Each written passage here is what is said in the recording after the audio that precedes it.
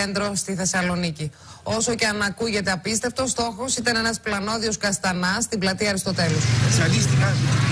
Ξεκίνησε σαν ένας απλός έλεγχος για την πάταξη του παρεμπορίου, κατέληξε σαν μια μεγάλη αστυνομική επιχείρηση για τη σύλληψη κάποιου επικίνδυνου κακοποιού.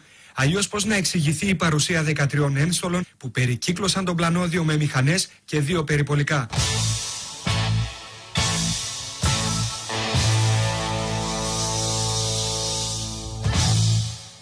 Σιδερένιος αετός προς επίγειες μονάδες. Ο εγκληματίας έστησε στην πλατεία Αριστοτέλους. Είναι οπλισμένος με φουφού και πολύ επικίνδυνος. Σας καλύπτουμε από αέρος. Συνάδελφε, αν σκοτωθώ στη μάχη με τον Καστανά, να πει στην οικογένειά μου ότι την αγαπούσα. Κέντρο είμαστε στο περιφερειακό και κατευθυνόμαστε Αριστοτέλους. Χρειαζόμαστε όμως ενισχύσεις. Βαστάτσε, συνάδελφοι! Περιμένετε και τις ενισχύσεις! Μην κάνετε καμιά τρέλα και πάτε να τον συλλάβετε μόνοι σας! Τι από παντού, συνάδελφοι! Περικυκλώστε τον τζαμπούστη! Αρχηγός επιχειρήσεων προς κέντρο. Αποστολή εξετελέστη κέντρο.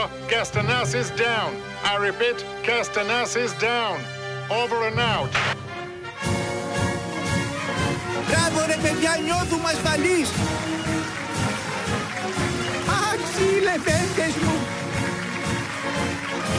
Μπράβο σας! Μπράβο σας! Κυρίες και κύριοι, συλλάβαν τον Καστανά.